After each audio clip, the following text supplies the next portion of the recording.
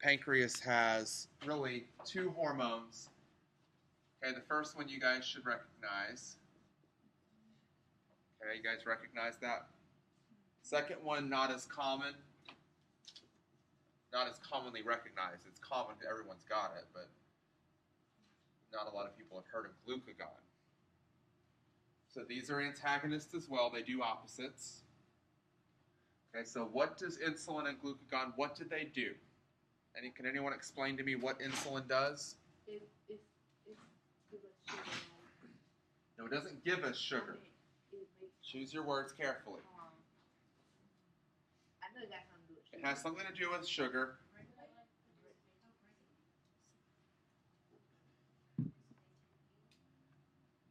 It's integral in the eventual formation of ATP, but it doesn't directly produce it now. It breaks it down. Doesn't break it down. Regulation, okay, we're getting closer. Regulation of sugar. Just tell me. Okay, fine. So insulin, if you guys remember, all cells need to form ATP. How do they get ATP? Okay, they're going to need sugar. The insulin helps to facilitate the diffusion of the glucose from outside the cell to inside the cell. Glucose cannot cross the membrane by itself. It has to have a facilitator. Here's the facilitator. So insulin binds with the receptor on the cell, and then glucose can come on in. So if I have high blood glucose levels, insulin will be released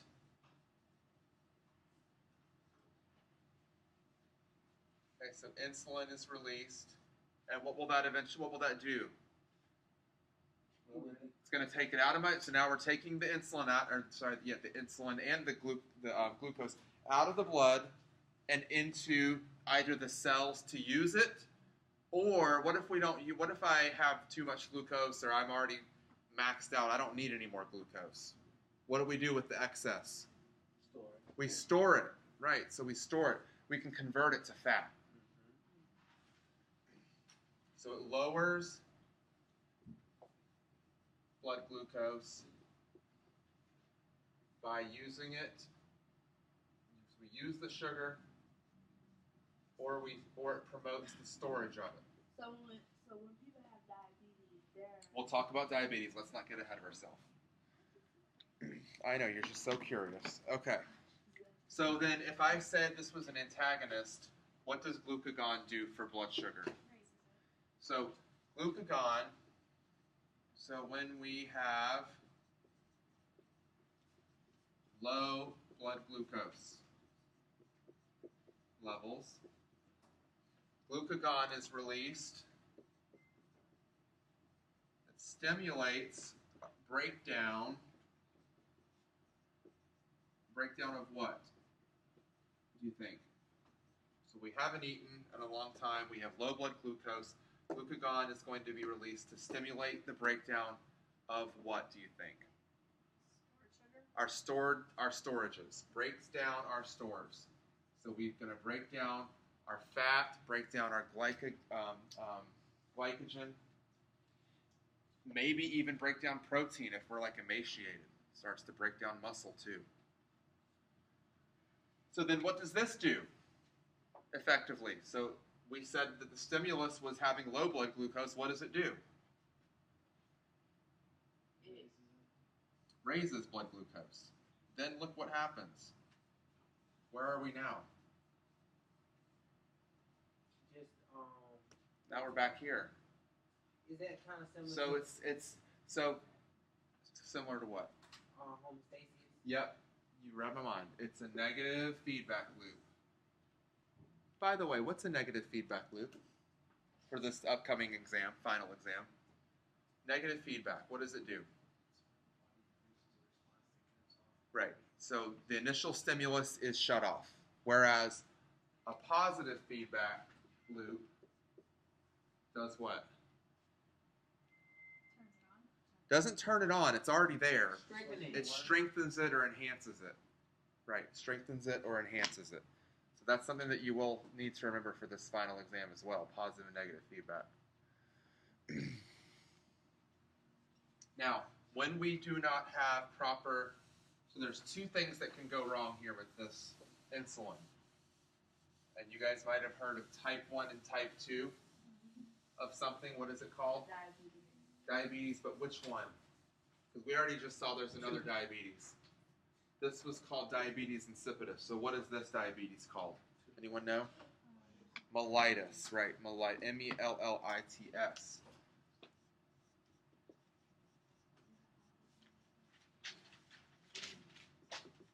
Diabetes mellitus. Type 1 and type 2.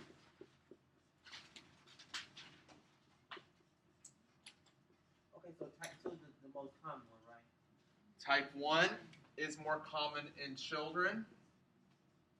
Type 2 is more diagnosed in adulthood. And they have different mechanisms. So type 1 is, let's change that, inadequate insulin. So not enough insulin produced. Therefore, type 2 is not anything to do with the amount of insulin. It's that the receptors are bad. The insulin receptors on our cell membranes. So I'm going to say faulty receptors.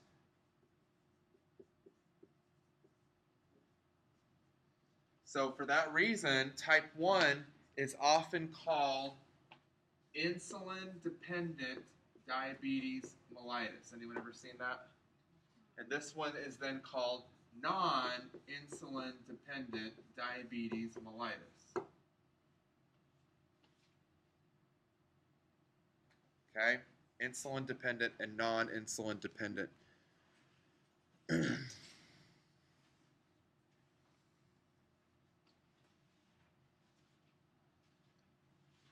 So in this case, the person will have to take insulin shots. In this case, they still take medications, maybe even the form of shots, but it's not insulin. It is a medication to help activate receptors. So they have better receptor use. Now, I wrote over here insulin and glucagon earlier. I want to make sure I get this in here because this has been a question before and I just thought about this. I should have written this.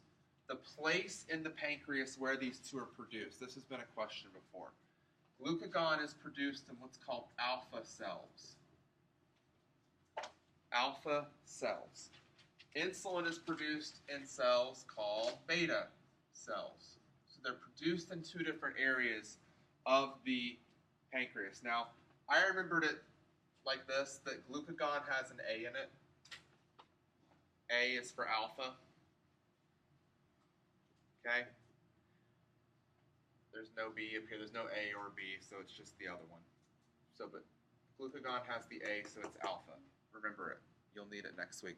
This is usually a question, no matter which form of the test you get.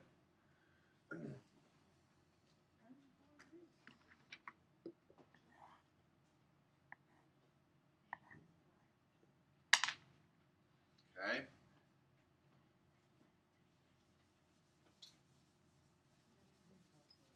Another disease that I should have mentioned when we talked about the pancreas was dwarfism. So growth hormone. Growth hormone. So we have hypersecretion and we have hyposecretion. So if you have an overactive pituitary gland and you're producing too much growth hormone as a child, what happens to you?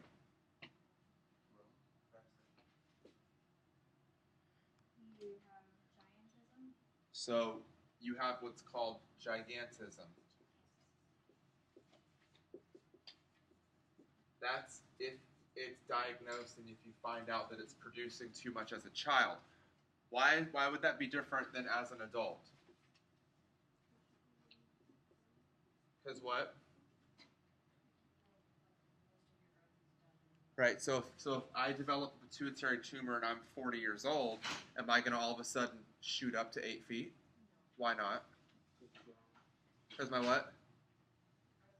Because my growth plates are closed. Right. Growth plates are closed. So as an adult, we call this acromegaly. Acro refers to extremities. Megaly refers to the enlargement of something. So we have enlarged extremities. And if you ever see these people, they have large hands, large feet, very large facial features. In fact, I'm going to show you guys on the screen here.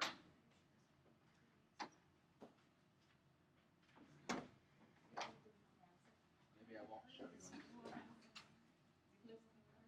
Acromegaly is, it's kind of like, have you ever seen somebody with gigantism? Have you ever seen anybody? So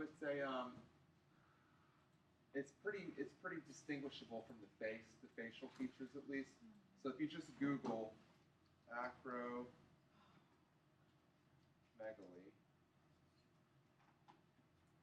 you'll see here.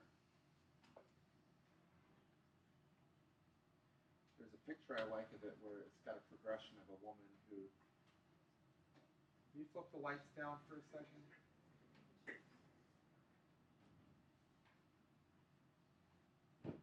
So it's kind of resembles. Have you ever seen like the face of someone who has true gigantism? They have these large features. So here's an example of normal hand, acromegaly hand. Seeing someone who went from a progressed.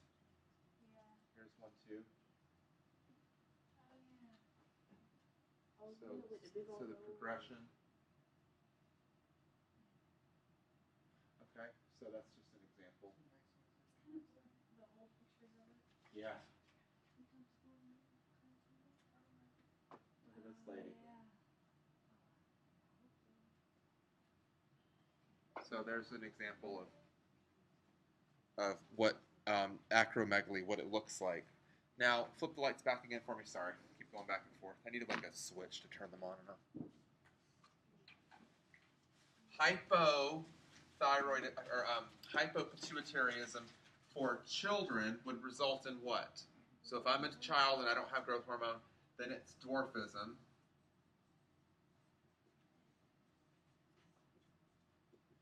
As an adult, does that mean that I shrink? No, I don't shrink. Maybe my metabolism's not as high. Maybe I don't build my tissue, my muscle. But really, as an adult, if you have hypopituitarism and it has a decreasing effect on growth hormone, typically nothing happens. Typically nothing. And typically the adult is not affected. Adversely, at least.